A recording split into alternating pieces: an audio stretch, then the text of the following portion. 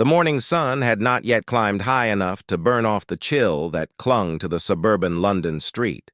For John Harris, it was just another Tuesday, another day of quiet routine that had come to define his life for the past 5 years. He stood in his small kitchen, the one with the chipped countertops and the window that looked out onto a neat but narrow garden, methodically preparing his lunch. Cheese and pickle sandwich, a single apple, a flask of strong tea. The actions were automatic, his mind already drifting ahead to the day's duty roster.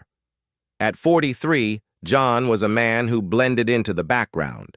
Of average height with a lean build that most would attribute to a naturally high metabolism rather than any rigorous physical training, he kept his hair closely cropped and his face clean-shaven. His eyes, a pale and quiet blue, rarely held anyone's gaze for long. He wore the standard dark trousers and crisp white shirt of a security officer, the epaulets bare of any rank. To the neighbors he passed on his way to the train station, he was simply the quiet man from number 12, the one who always offered a polite nod but never stopped for a chat. His job was one of unsung anonymity. He was a member of the King's Guard, but not the iconic sort seen standing motionless outside Buckingham Palace in a scarlet tunic and bearskin hat.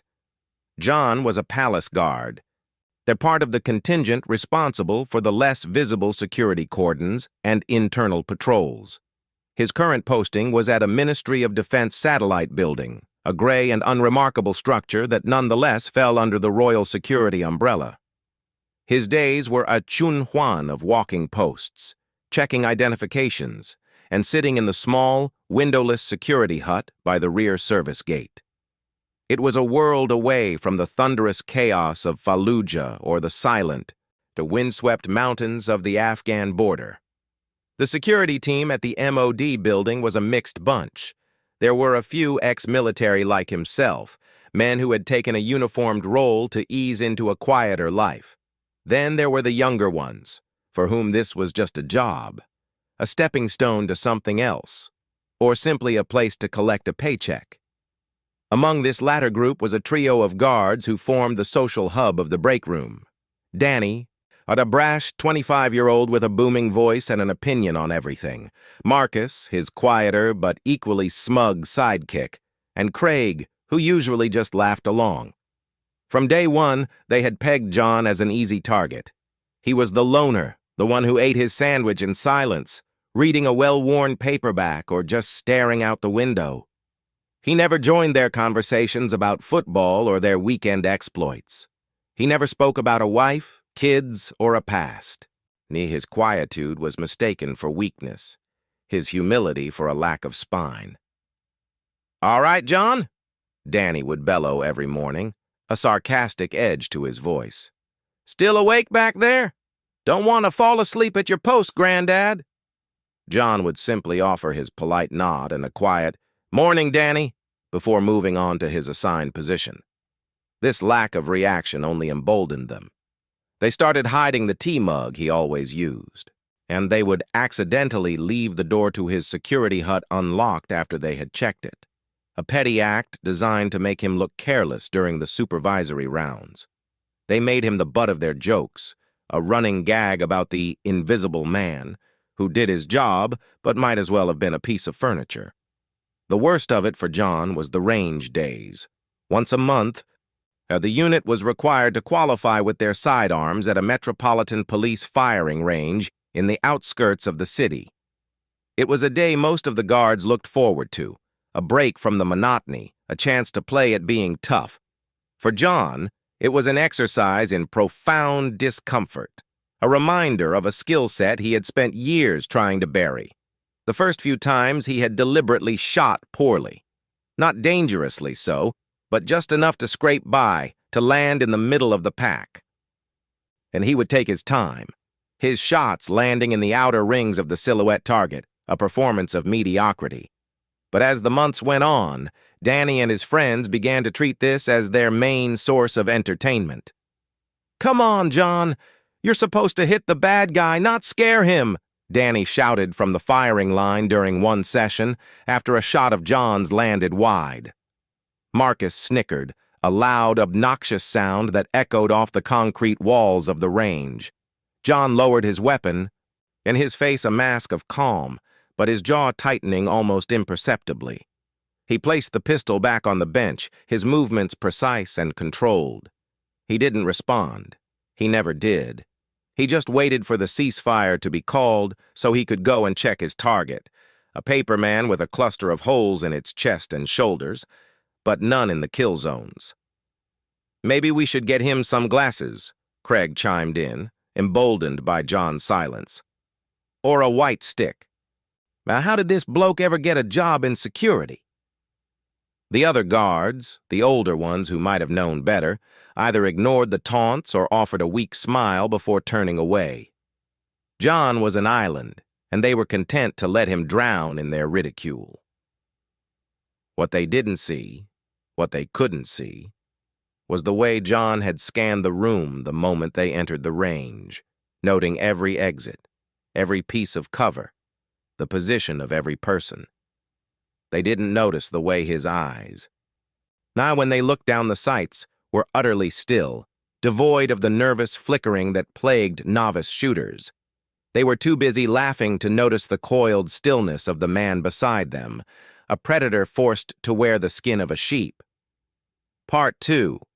The monthly qualification shoot arrived on a gray and drizzly Thursday. The air in the range was thick with the smell of cordite and damp concrete, a familiar, acrid scent that seemed to cling to John's uniform long after the day was over. And today, however, felt different. There was a tension in the air that had little to do with the requirements of the qualification. Danny and his crew were in rare form, their voices bouncing off the walls. The supervising officer, a stern-faced man named Inspector Davies, ran through the safety briefing with the bored efficiency of someone who had done it 1,000 times. He was a former military policeman himself, and a man who ran his unit by the book, but who had long ago learned to pick his battles. The petty squabbles and low-level bullying amongst the younger guards were, in his view, something for them to sort out themselves. As long as the job got done, he stayed out of it. "Right," Davies announced, his voice cutting through the chatter. "Today, we're going to shake things up. Standard qualification is one thing, but I want to see how you handle a bit of pressure. We're going to run a little competition. Timed fire, moving targets, and a few malfunction drills. Best overall score gets the rest of the day off." A ripple of excitement went through the group. Danny cracked his knuckles theatrically. "Now we're talking. Real soldier stuff." He shot a look at John, who was standing apart from the group, calmly checking his issued pistol. John's routine was methodical, his hands moving with a quiet confidence that seemed at odds with his usual demeanor. He checked the action, ensured the weapon was clear, and then stood waiting, his eyes fixed on a point on the far wall. The first few drills proceeded as expected. Danny, full of bluster, performed adequately, his speed compensating for a lack of precision. Marcus was steady if unspectacular. The other guards took their turns, some fumbling with the reload, others struggling with the moving target that swung unpredictably on its metal rail. When John's name was called for the first timed exercise, he walked to the firing line. He picked up the pistol, and for a fleeting second, his posture changed. The slight stoop he usually carried disappeared. His shoulders went back, his feet planted themselves in a stance that was perfectly balanced and utterly immovable. He held the weapon low, in a ready position. The first target popped up, 15 meters out. In one fluid motion, the pistol came up. There was a single sharp crack, and the target's center mass was punched through. A second target appeared to the left. Crack. A third, further back. Crack. Before the echo of the third shot had faded, John had performed a tactical reload, dropping the partially spent magazine and slamming a fresh one home with a speed that was barely visible. The ceasefire was called, and he lowered the weapon, the fluid grace gone, replaced once more by the quiet, unassuming guard. On the line, Mouths hung open, and Danny's boastful expression had frozen on his face. Inspector Davies, who had been reviewing his clipboard, looked up sharply, his eyes narrowing. The scores on the electronic console told the story. All 3 shots, perfect 10s, in under 4 seconds. That was a fluke, Danny muttered, loud enough for everyone to hear. Beginner's luck. The targets were probably rigged. The next drill was a malfunction exercise. The guards were given pistols that had been subtly altered to jam. And the idea was to clear the jam and get back on target. One by one, they fumbled, cursed, and struggled, their time slow and awkward. Then it was John's turn. He raised the weapon. It clicked on an empty chamber, a simulated failure to feed. Without even looking at the weapon, John's hand moved in a blur. A sharp smack to the bottom of the magazine, a quick tug of the slide to rip the faulty round free, and a fluid motion to seat a new one from his belt. The entire action, known as a tap rack. The bang drill took less than a second and a half. He reacquired the target and fired. The silence on the range was now absolute. Inspector Davies walked over and picked up the pistol John had just used. He examined it, then looked at John, his face unreadable. "Where did you learn to do that, Harris?" John met his gaze for the first time. "The Army," he said quietly. "A long time ago." Davies held his stare for a moment longer, a flicker of something. Recognition? Respect? Crossing his face. But he nodded slowly and turned away. Danny, Marcus, and Craig huddled together, their earlier bravado gone, replaced by a nervous, uncertain silence. They had just witnessed something they couldn't explain. A skill level that belonged in an action movie, not on their sleepy little security team. For the first time, they looked at the quiet man and saw a stranger. Part 3. The revelation on the firing range sent shock waves through the quiet ecosystem of the security team, and but none more profound than within Danny himself. For the first few days, he was sullen and quiet, avoiding John altogether. The jokes stopped. The smug looks vanished. A new, uncomfortable emotion had taken root in his chest. Fear. He replayed those seconds on the range over and over in his mind, the impossible speed, the dead-eyed precision. This wasn't a man who had simply been in the Army. This was something else entirely. The change in atmosphere was palpable. The other guards, who had tacitly gone along with the bullying, now went out of their way to be polite to John, offering him tea, asking about his day.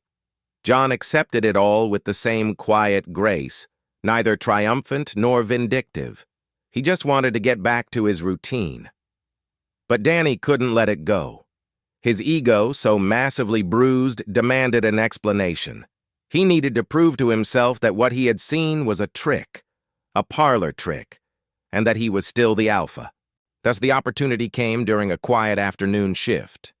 He found himself alone in the break room with an older guard named Terry, a Falklands veteran who kept to himself even more than John did. Danny, trying to sound casual, asked, "So, that John Harris, what's his deal? Some kind of special forces wannabe?" Terry, a man with a weathered face and eyes that had seen things, was putting a new battery in his radio. He didn't look up for a long moment. "Wannabe?" he finally said, on his voice a low rasp. "Son, you don't want to be what he is. You either are or you aren't, and he is." Danny scoffed. "What, just because he can shoot a gun in a straight line? My uncle was in the Army. He says those range drills are just games." Terry finished with the radio and slowly raised his head, fixing Danny with a stare that made the younger man take an involuntary step back. "Games," he says. "You see the way he held that weapon? The way he moved? That's not range training, Danny. That's muscle memory. That's tens of thousands of rounds, put down in places where if you miss, you don't get a do-over." He leaned forward, his voice dropping even lower. "I heard some things years back.